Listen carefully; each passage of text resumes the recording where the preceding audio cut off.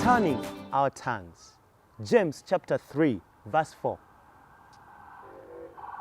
Look at the ships also, though they are so large and are driven by strong winds, they are guided by a very small rudder, wherever the wheel of the pilot directs.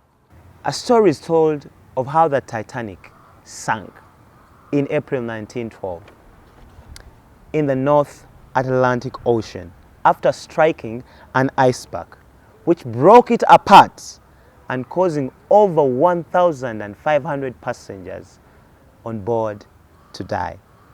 According to the reports that were brought out, the reversing or stopping the engines of the ship reduced the rudder's effectiveness and therefore impairing the turning ability of this ship.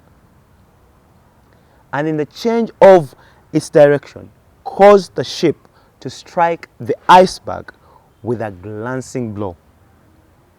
And it was too late to save it and save the people on board. We also know that as the ship was sailing, the pilots and the crew members were reliably informed about the presence of icebergs in that territory of the waters. And it was the responsibility of the pilot and the crew members to dodge around these icebergs to make sure that passengers on board reach safely to their place of destination. So it was their full responsibility to control this ship. But it was too late for them to maneuver around the icebergs, but they hit this glancing and huge iceberg that caused the ship to break apart.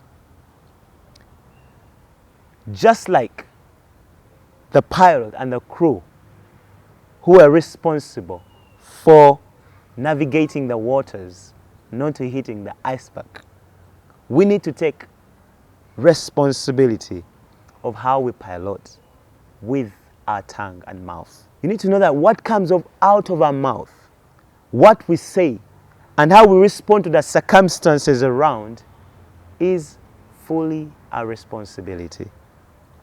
Your tongue is a primary steering tool which determines your course of direction. I want to challenge you this week. What can you do to turn your tongue into the right direction? Because if you don't turn it into the right direction, just like the Titanic ship, it's going to be hell for us.